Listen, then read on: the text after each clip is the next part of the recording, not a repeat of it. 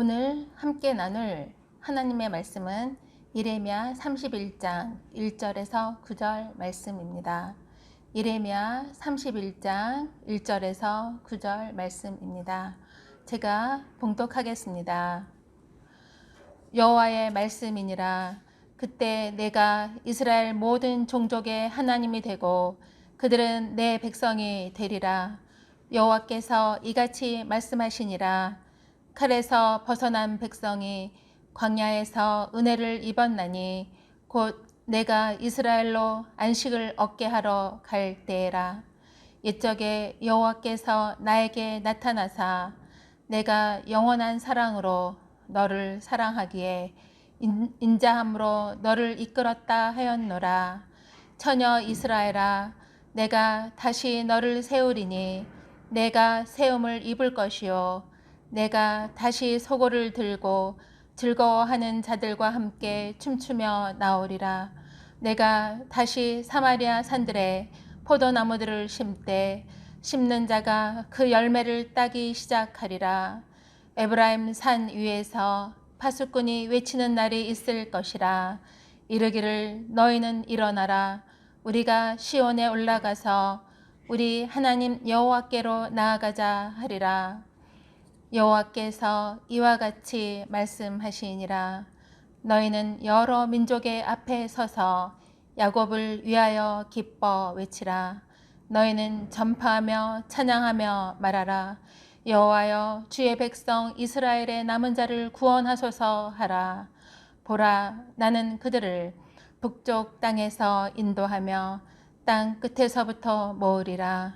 그들 중에는 맹인과 다리 저는 사람과 잉태한 여인과 해산하는 여인이 함께 있으며 큰 무리를 이루어 이곳으로 돌아오리라.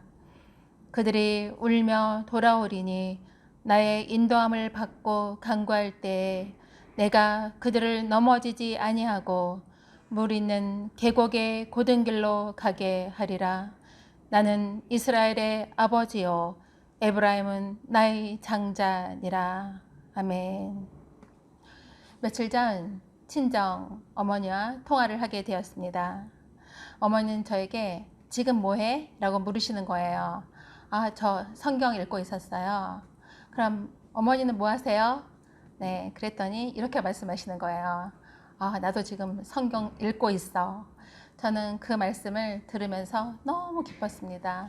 그러면서 드는 생각이 하나님께서도 우리가 하나님의 말씀을 읽고 쓰고 암송하고 그 말씀을 즐거워할 때 얼마나 기뻐하실까를 생각했습니다. 저는 엄마에게 바로 이렇게 말씀드렸습니다. 제가 맛있는 거 속히 사드릴게요 라는 말씀을 드렸습니다. 이 새벽에 목마른 사슴이 시냇물을 찾기에 갈급함같이 하나님의 말씀을 사모하며 주님 앞에 나오신 사랑하는 성도님들의 삶 가운데 주님의 위로와 평강과 지혜가 충만하시기를 축복합니다. 아멘. 저희들에게 있어서 가장 큰 축복은 무엇입니까? 바로 하나님이 우리의 아버지 되시고 우리는 그분의 자녀라는 사실입니다. 1절에서 3절은 이렇게 말씀합니다. 여호와의 말씀이니라. 그때 내가 이스라엘 모든 종족의 하나님이 되고 그들은 내 백성이 되리라. 여호와께서 이같이 말씀하시니라. 칼에서 벗어난 백성이 광야에서 은혜를 입었나니 곧 내가 이스라엘로 안식을 얻게 하러 갈 때에라. 옛적에 여호와께서 나에게 나타나사 내가 영원한 사랑으로 너를 사랑하기에 인자함으로 너를 이끌었다 하였노라.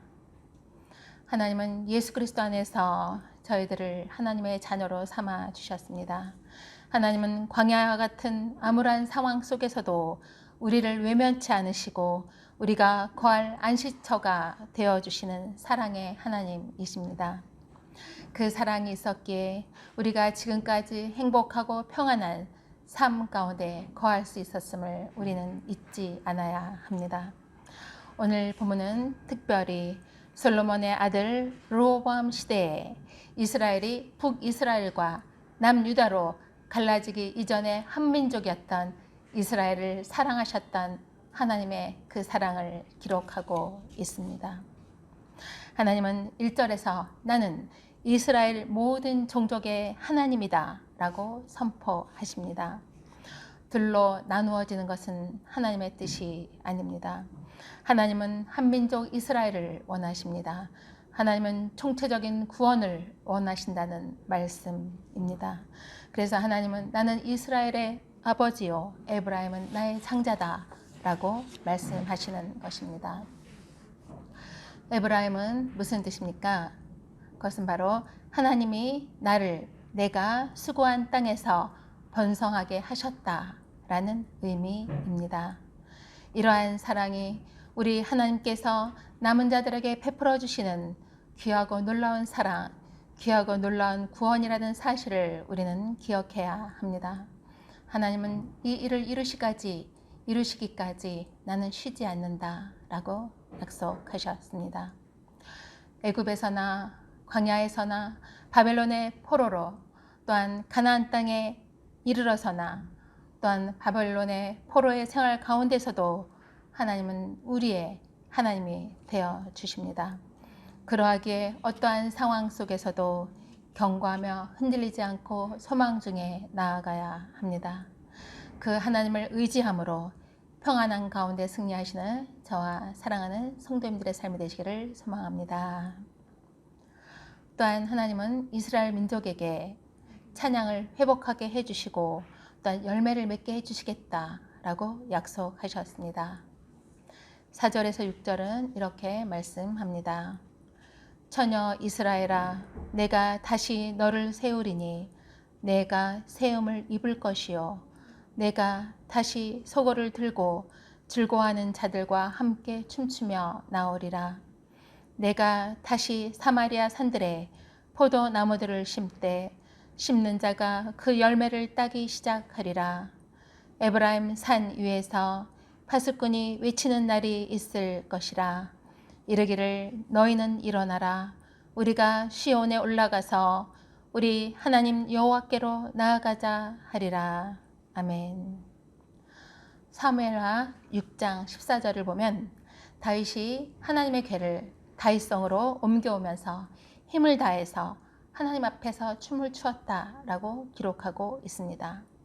그는 왕의 신분임에도 불구하고 하나님 앞에서 어린아이와 같이 순수한 모습으로 기쁜 마음으로 춤추며 하나님을 찬양했습니다. 그런 그의 모습을 본 아내 미갈은 심중에 그를 업신여겼다라고 기록하고 있습니다. 그러자 다윗은 나는 여호와 하나님 앞에서 춤추고 찬양한 것이다 라고 말합니다. 다윗은 그를 구원해 주시고 이스라엘 민족의 왕으로 삼아 주신 하나님 앞에서 겸손함으로 그리고 감사함으로 전심을 다하여 춤추며 하나님을 찬양한 것입니다.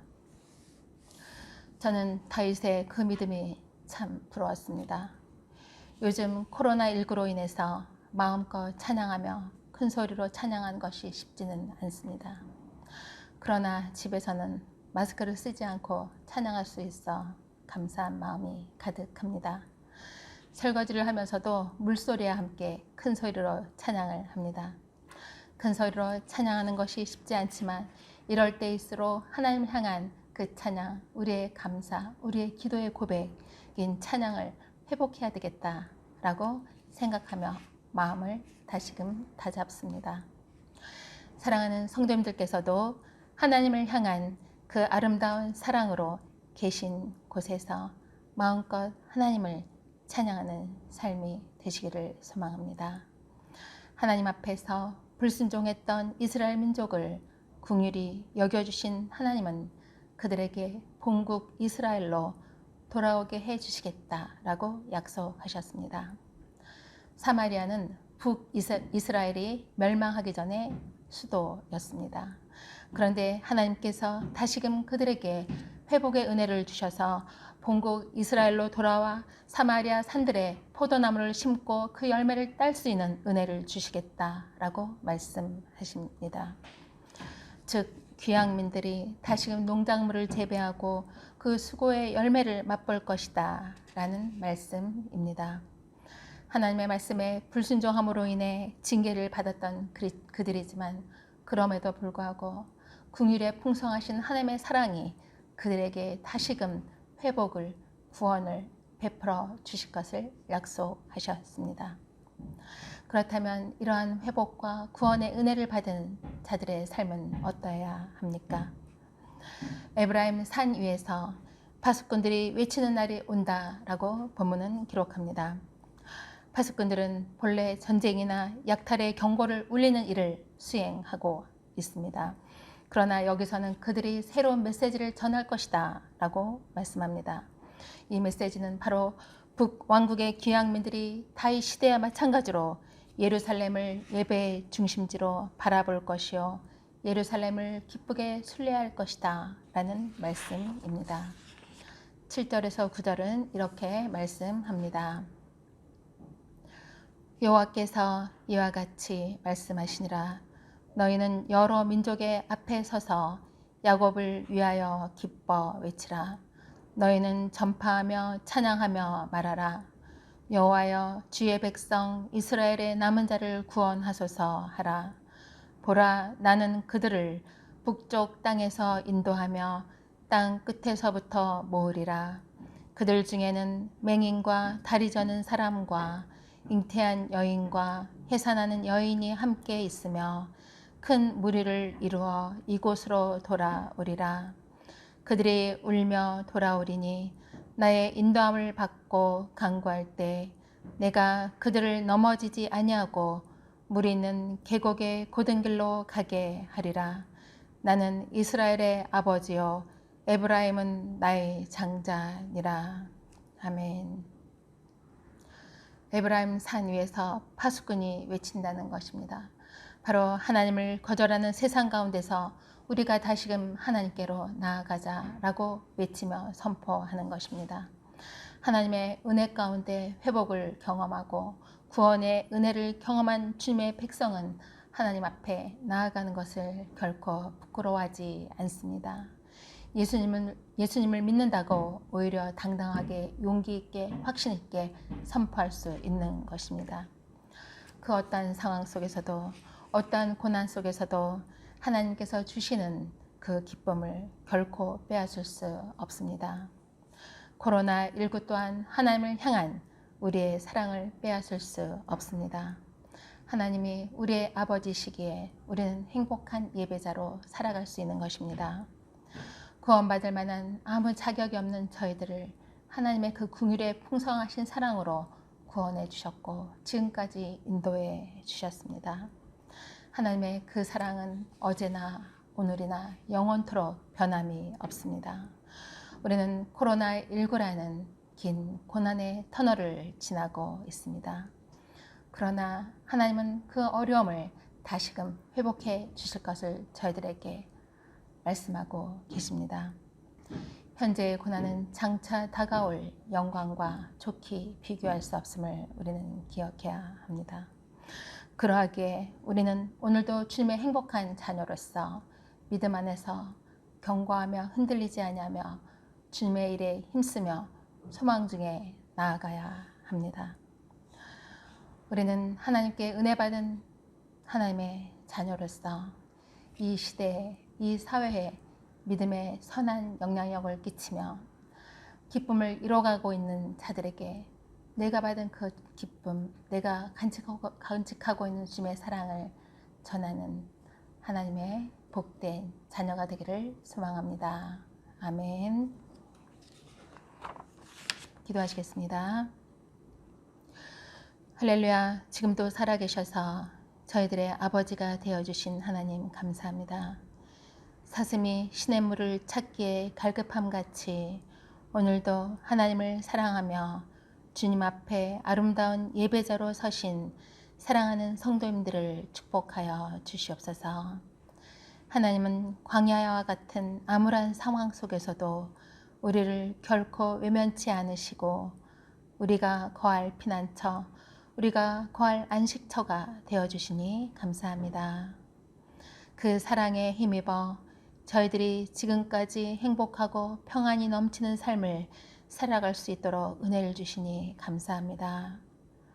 하나님의 은혜 안에서 회복을 경험한 저희들이 이제는 주님의 그 사랑을 전하는 용기 있고 당당한 전도자가 되게 하여 주시옵소서. 오늘도 저희들의 삶의 현장에 임마누엘의 축복으로 함께 하실 예수 그리스도의 이름으로 감사하며 기도드려옵나이다. 아멘.